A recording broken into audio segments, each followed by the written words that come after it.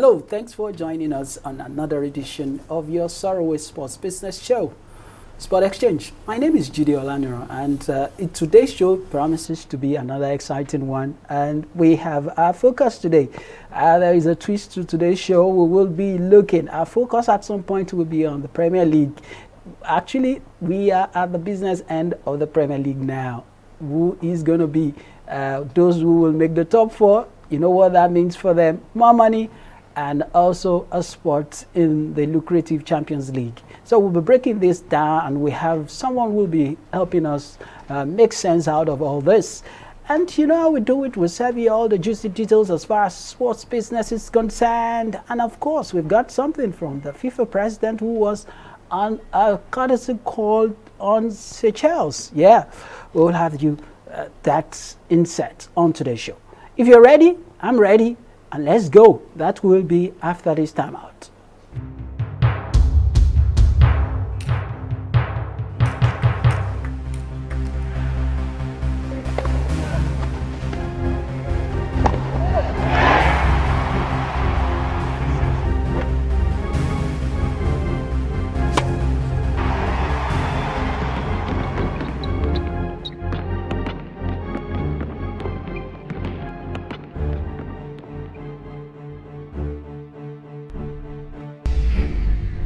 Fantastically finished. Welcome back straight to the sport business news. The Premier League is likely to make an additional 60 games available for broadcast in an attempt to drive up the price in its next domestic rights auction. In the meantime, Sky Sports, BT Sports and Amazon Prime Video currently has rights deal with the English Premier League worth £4.8 billion and run from 2022 to 2023 to 2024-2025 season.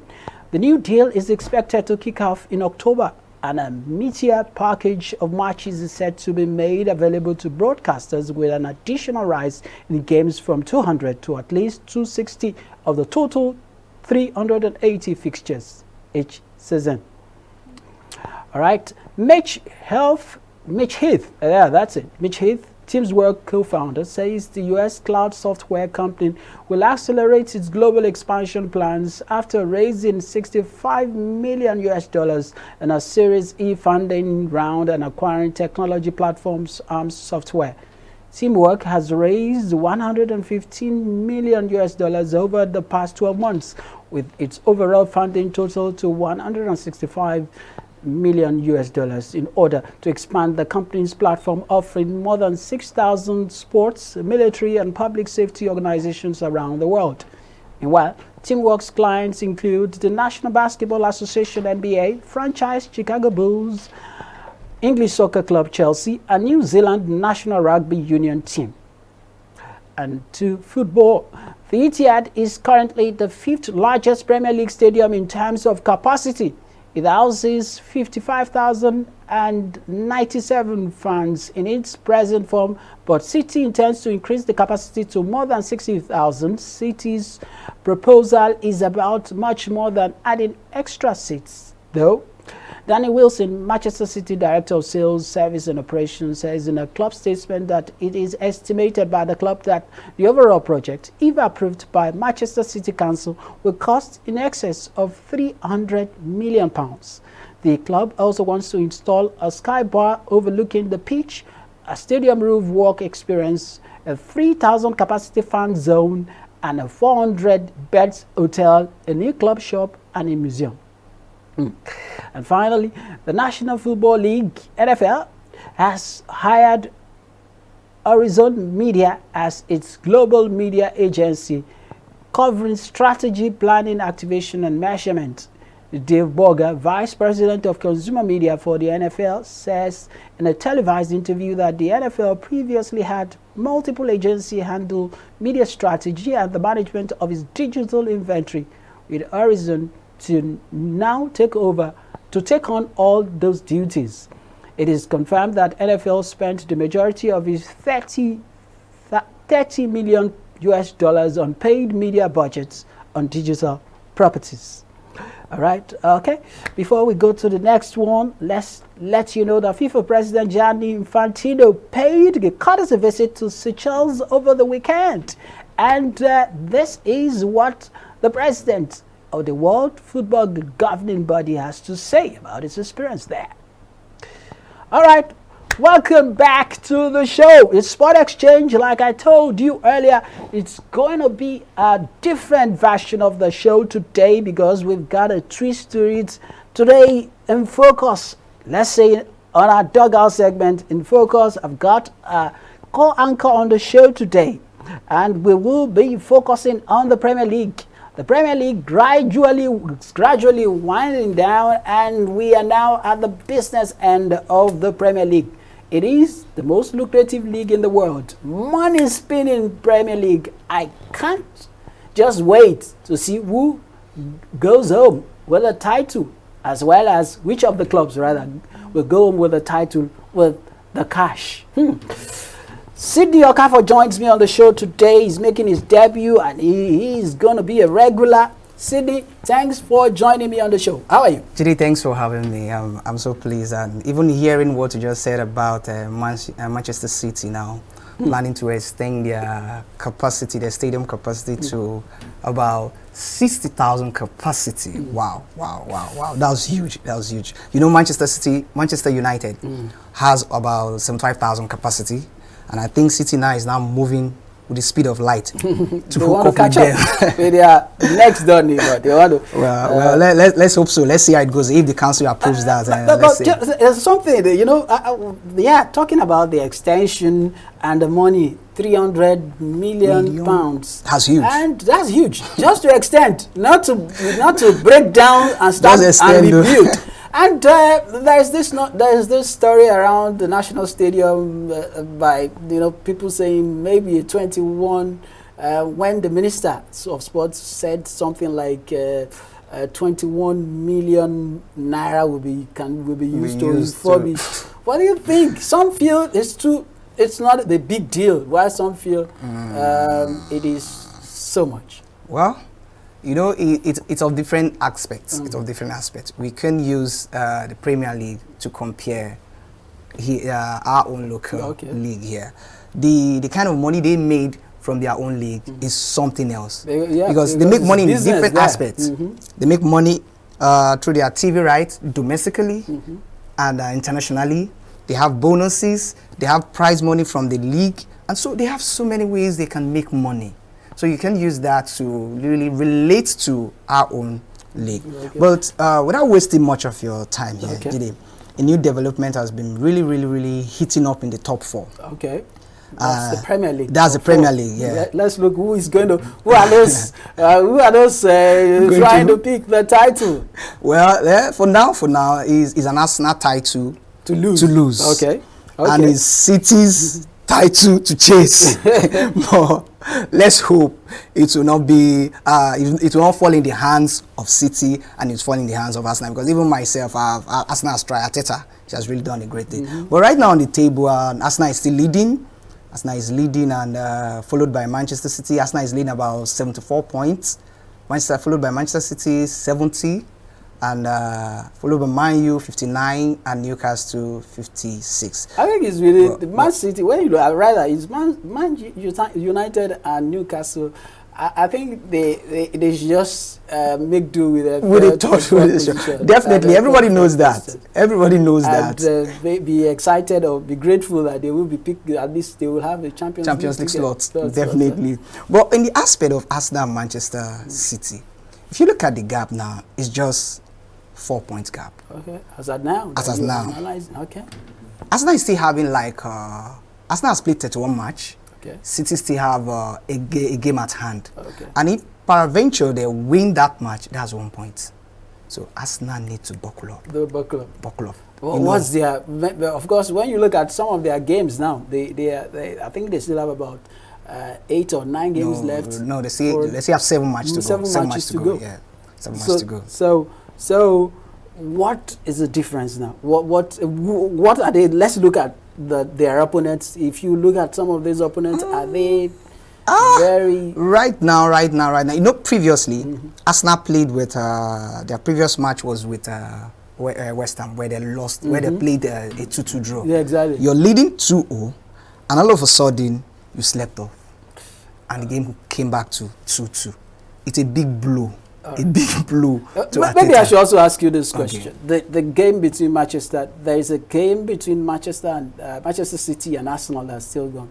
Do you think that game will be a title decider? If what do you think? What's your take on? Well, my take on that, I would think let's just assume that it's going to be the title decider. I agree to some extent. Okay. Because the first leg that they played, you saw what Arsenal played fantastically, but City showed that I'm the champion. Played them, outsmart Arsenal, did everything, and they won. But this game coming, wow. I think Arteta needs to go back to drawing board and look at what he missed in the first match, and come and do that in this upcoming match. Right. Well, let's hope for the best for them. Let's hope for the best for them. Because it's their try to lose like we said the other time. Maybe we should look at the business side of some of those who are making it happen as far as the top 4 is concerned now. Let's talk about the key players in the top 4. The key players in the top 4 right now, if you look at it now, Bukayo Saka is one of the key players in Arsenal. And Arteta can't do without that guy right now. Then when you come to Manchester City, is Erling Haaland. Haaland is another fantastic. Sometimes people say, where did that guy get that skills from? We know his father was a footballer, but got injured when during Manchester United, and I've forgotten. I can't really recall the team his father played for, but he got injured. So right now, his son has come back. He has even gone beyond what his father is doing in football. But Erling Haaland has played just how many matches so far? But his goal rate is something beyond. He has played just 27 matches so far for Manchester City, sorry. And he has been able to score about 32 goals. Wow. 32 goals. Oh my that God. is at least it's just an equivalent of at least there is a goal every game. That's what it means. Exactly. You have played lesser game and you have scored more goals. That's it. It deserves a round of applause. I think it's a round. So now on Man U, the player that they can't do without right now is Bruno Fernandes. Bruno Fernandes is phenomenal. We know Rashford is currently in form, and Rashford is doing great, but without that Bruno. Oh my God. It's going to be there's something about Bruno. Bruno came all the way from Portugal. Sporting Lisbon. Sporting Lisbon. Haaland also came from Borussia Dortmund. Became with big money. Even Saka came from an academy. So of course you say that is for Saka. So Saka is a homegrown talent. Homegrown player. Yeah, a homegrown player. Also for Newcastle, Rashford too. Okay, Rashford homegrown. Exactly. But they're doing great. For Bruno and Haaland, those are exports, big money player. That means that for in the case of Rashford and Saka, that's just you're just getting more for little. That's why for Haaland and Bruno Fernandes. Let's just oppose that angle. Okay. In time of Haaland and in time of Bruno, those two are parts. In time of Saka and in time of Rashford, the coach there, Pep Guardiola, is a masterclass in time of his tactics, his tiki-taka. He likes players that are already made. But if you look at the philosophy of Manchester United, they believe in homegrown. The same ideology goes to Arsenal. So, but the challenge, these two teams, Arsenal and Man U, have been having, they have not seen someone like Arsene Wenger, someone like Alex Ferguson, that can instill that mentality in their homegrown players. That is why you still see them seeking players outside to just chuckle up. But thanks to Ten Hag that is now in Man U, you can see there's a kind of change. But Pep Guardiola is a man that every game is a must win for me. And he will only give you a chance, a player from an academy, if he can see that, yes, you're doing well. You can see the one of Lewis that is taking the position of Walker now. Are you seeing? He has given that guy a chance because he has seen that this guy is good. He can be, he's a promising kid. So he has given him a chance. So that's just the difference. Manchester City, Arsenal, they have an ideology of let's build our home from the scratch. All right. Don't let us be biased. Also, let's look at Newcastle. Oh my God! Any of their key players, the top four, they're ready. Because look at the way nobody would. If someone had told me that at the beginning of the season that we'll be talking about Newcastle top four in the same sentence, I wouldn't believe. Even at the dying time of the league now. Well, if you look at Newcastle currently now, I think it's only the money from Saudi that is making the difference. Well. Let's say the money and how well he has really tried. Okay. He has really tried. He's playing pattern. The coaching pattern that he has instilled in the mindset of Newcastle players is phenomenal. Okay. Are you getting it? If you see the likes of Guerrero, Bruno in the midfield, Miguel at the wing side, that guy is another player. And the funniest thing is that this Miguel we are talking about was bought from Major League, Atlanta United, with 21 million euros. He's in Premiership now. Right now, his market value is something else. So, the way he plays, the way he drives defenders, I'm short. I don't know how to describe that guy. The guy is something else. It's something else. MLS to Premier League, yeah. And he's everywhere, setting it on fire. Okay, yeah. Let's move on. Let's move on to how much. Let's break down now to you where the cash matters now. Let's break it down. Wow. How much will the champion of the Premier League be taking home? Jide, the aspects. When we're talking about that aspect, a lot of people believe that Premiership is one of the richest league. Is one of the let me just say is the richest if we remove the likes of UEFA Champions League. Okay. So it's the richest. Currently now, the actual amount has not been decided. Okay. But as of last season, Manchester City claimed over 160 million pounds. But that 160 million pounds has a breakdown. Okay. In that breakdown now, they have the TV rights. Okay. They have the winner's prize. They have the bonuses. Okay. And in that TV right, they have two. In that TV right, they have a domestic right and international right. In the one of the domestic, they give about 50% to whoever comes to every club site. Okay. They divide the money equally to about 34.1 million pounds to each team. But how would they give this money? It is in two ways. They give you in time of your facility. Okay.